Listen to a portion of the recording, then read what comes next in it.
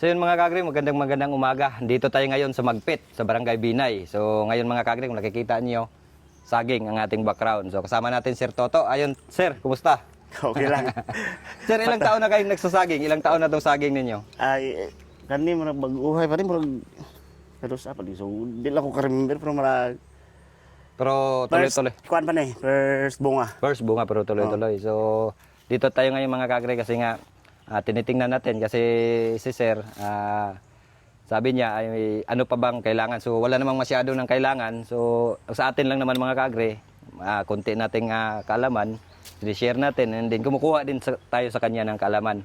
So kagaya ng mga ginagawa niya mga kagre, nagtatanong siya kung tama ba yung control. Actually mga kagre, sabi ko nga wala namang mali sa farming, di ba Sir? Yeah. Mayroon lang mga magandang paraan. So maganda na. Kagaya nito mga kagre, ito yung isang technique. Kagaya nito.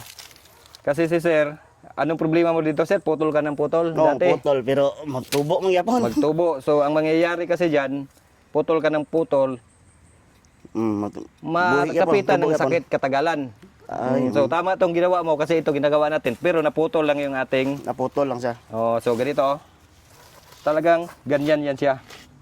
Para hindi na siya makatubo. So yun yung nagiging technique. Ayan, maganda. Di ba? Di ba Sir, yung mga nagawa na natin, maganda. Oh, kanya wala na tubo. Hanapin natin. Halika mga kagre. Ako natusukan dre. Nahangin lang kasi kami mga kagre. Sir, nadaanan kayo ng hangin nung mga nakaraan. Oh. Kusog mo agi hangin ko dre. Pareha ni mo ning natusukan. So ibig sabihin, ito na yung nagawa. Mm. Ito na yung nagawa mga kagre. So ibig sabihin, hindi na siya sumulpot.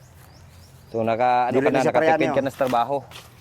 So kagaya ng hindi na ganyan, tubo gyapon siya. tumubo pa rin. So kaya gumawa si Sir ng ganito.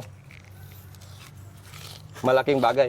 Pero ito, nakadugtong to dito mga kagre, kaso lang naputol yung DIY. So ibig sabihin ito, gagawa tayo na ulit Sir. Ganito. Sa video ra po ninyo nakuha mo doon sa video natin Sir. So ito Sir, magandang follower. Malayo. Ito pwede mo to siyang i-condemn. Kasi mas healthy kasi ito pagdating ng panahon Sir. Kasi ito Sir, umaasa to sa nanay eh. Oo nga, dikit. Pagka nakating mo itong puno, mawala na yung tubig, mahirapan to kaysa dito. Although pwede sila dalawa, pero mas may potensyal. Kung magduwa ka sir, dire dapat pares. Katapat. Pwede yan magkatapat dalawa. So, ang nakikita din natin Sir, dahon okay naman. So, ano na lang, follow up. So, yun nga sinasabi ko, dito na magagamit yung foliar natin sa mga ganitong stage. Oo. Kasi malaking bagay talaga yun. Due time na tungo na siya sa pag-harvest, ay mabigyan natin. And then pag-control ng bunga.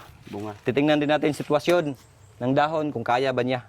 So, ganun lang naman, Sir. Yung adjust lang naman kung paano kasi matutunan mo rin yun, katagalan. Huwag lang tayong magmadali kasi ang proseso ng farming, hindi binabadali, pinapag-aralan. So, yun nga, foliar palagi. So, yun. Sa Magpit mga kagre, yung ating Pasgrow dito sa Magpit, sa Tolentino, available po dyan sa Tolentino, Agri-Supply. Sa Arakan, available din po sa Pinpel, doon sa Arakan. Sa Antipas, mayroon din tayo. Doon sa LANS, Agri-Supply. So, punta din kayo doon. And then, pwede kayong mag-comment sa amin, mag-message para makapunta kami sa inyong farm. So, dito lang naman kami sa North ngayon. So, hindi naman kami eksperto talaga mga kagre. Talagang ano lang, yung mga karanasan namin, kasama ko si Batang Magsasaka. So, talagang sinishare lang din. Sir, ano yung mga pang natutunan ninyo sa pagsasaging? Yung mga pinanood ko rin sa inyo, katulad ng ganito, sa pag-control ng saha. Sa inyo ko lang tutunan to. Pero hindi ko sigurado kung tama. Ay, okay yan, Sir. Walang mali nga, Sir. Sabi ko, walang mali sa farming. Pag-aralan. Kaya, tapos pagbibigay ng abono, ako monthly kasi ako nagbibigay. Monthly. Malaking tipid yun. Pero yung puno, okay naman. Okay naman. So, kung nakikita nyo mga kagre, hindi ganun kalalaki. Daanan kami ng hangin. Nadaanan kami ng hangin. So, ibig sabihin, ano yun? Kalikasan yun. So, napakaganda naman mga kagre. Wala tayong makikita. Ano lang, tuloy-tuloy lang tayo sa treatment kung paano maging lulusog. Ito lang naman yung hindi talaga yung ito maganda pa to. Ito. So yun lang, control lang tayo ng bunga pagkaalanganin sa dahon. Huwag tayong mahinayang na 5 yung matira. 4, huwag tayong mahinayang kasi hanap natin quality. So doon tayo Sir Ed, doon tayo control sa bunga. Oo, doon tayo magsusulid habang tumatagal, doon tayo natututo din. Pero sa dahon at saka sa puno, sir, okay naman. Okay, wala tayong problema dyan. Saka pinaka-kuhan ko, sir, yung halimbawa, yung mga aquarius, yung mga banchitap. Yun yung Paano pinaka-problema. mag-treat? Ganito, Paano mayroon mag-treat? talaga yan. Paano mag-treat? Katulad nito, sir, lika. nakuha ko na to, pero tumubo. Yan nga. Tutubo at tutubo pa rin yan. So, punta tayo dito sa mga ganito. Yun. Banchitap. So, karaniwang sakit to mga Ito, kaagri. sir, Banchitap. So, ganitong Paano treatment. mag-treat yan? Ito mga kaagri, mga ganitong sakit, pwede pa nating tamnan to. So, una nating gagawin mga kaagri, disinfect muna tayo. So, ibig sabihin, spray muna tayo ng insecticide, fungicide, kung ano yung available sa atin, na ma-eliminate natin yung mga insekto na namumugad dyan or Pag nangingitlog. hindi mas spray, sir, tapos galawin mo to, lilipat ba ang banchitap? or aquarius? Lilipad yung mga aphids dyan, lilipat doon sa kabila, doon na naman, mag-transmit na naman doon. So, ibig sabihin, surprise mo siya na spray, tapos yung palibot, sprayan mo, or buong area mo, kaya mong spray, sprayan mo bago ka mag-activity ng ganito. Yun ang mag-disinfect. Disinfect sa muna buo. sa lahat. Kung bago mainam, galawin. spray. Kung baga, iwasan natin mag-spray. And then, yung mga tools, napaka-importante. Paulit-ulit ko yan sinasabi. Kung ano yung tools mo sa mga nag-treat dyan sa mga sakit na yan, huwag mong gamitin doon sa mga iba. Kasi minsan, napapagod na tayo. Ito lang, disinfect. Siyempre, ang gagamitin natin sa tools, mag-disinfect tayo palagi ng yung sinasabi ko, Sunrox Kung pwede pala ang gamit dito, wag nang gamitin sa iba. Wag Yun, na, ganun. yun lang talaga importante. Before and after, bago itago, disinfect. So, okay yun. Sa karanasan namin, Sira, hindi kami eksperto, Sira. Baka sabihin na naman ng iba na... Wala rin akong alam. Kasi in video nyo lang din ako nanonood. Wala kang alam, pero ngayon nakapagtanim ka ng saging. Hindi, sa... Yun sa ang mainam. Wala bayaw kang ko. alam, pero nagtanim ka ng saging. Maganda na. Ano lang natin, follow up lang natin to palagi. So, ano yung mga pwede natin develop. Alam ko naman, kaya mo yan. Kasi open-minded lang, mamulot lang tayo ng mga idea. Hindi lang sa amin, sa iba. Maraming nagbibigay. So, lagay mo sa bulsa mo dyan, dukutin mo kung kailangan. Di ba? So, ngayon, titingnan natin sa taas. Makikita natin to sa taas. So, i-develop natin to. And then, balik kami dito mga kagre after, si sir. Kasi sir, pwede itong tamnan, sir. Katong mga ganitong sakit. Ano muna natin yan. Yun nga, sinasabi ko.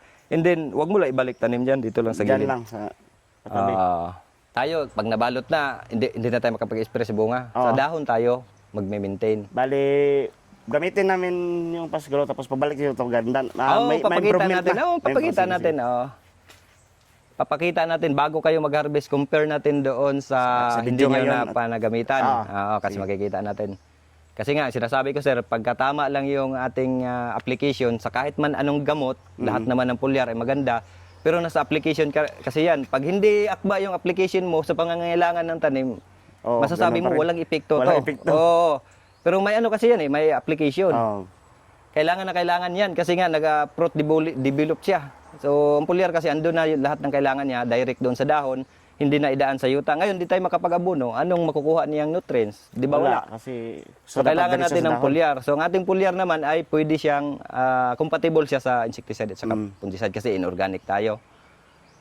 So, pupwede siya. So, minsan ang spray mo na, kasi nga, mataas yung resistensya ng ating saging. So, pakita muna natin pagbalik kung ano yung nagiging resulta. So, sa amin lang ngayon, i-guide namin kayo kung paano. So, ayun sir, maraming salamat. Baka gusto mong i-shoutout. May i-shoutout ka? Shoutout sa bossing naman diyan sa Angola, Antone. So, saan siya ngayon? Sa Angola. Angola. Sa Ibang bansa. ibang bansa. Tapos may pisto siya sa Sa Manila. Maynila. Ayun, Yun yung shoutout. may-ari dito. Yun yung may-ari. So, ikaw lang talaga yung tingin-tingin kung ano yung magagawin. So, maganda sir. Wala akong nakikitang sa una mo pa lang na okay. Wala kang makikita. So, mayroon lang talagang Kulang. pagkakataon na yung kalamidad. Talagang mataka ka kasi nanibago ka pa eh. Oo nga. Bakit Bago ganito? ako sa dahon, bakit ganito? Sa hangin pala to, hindi ko nga alam. Sa hangin yan siya. May tayo kasi yung mga pero kaya yan sir. Kaya ng ating pulyar yan. So, ayun mga kagre, maraming salamat sir. Maraming salamat at tuloy lang. Andito lang tayo. Kung kakayanin, pupuntahan natin.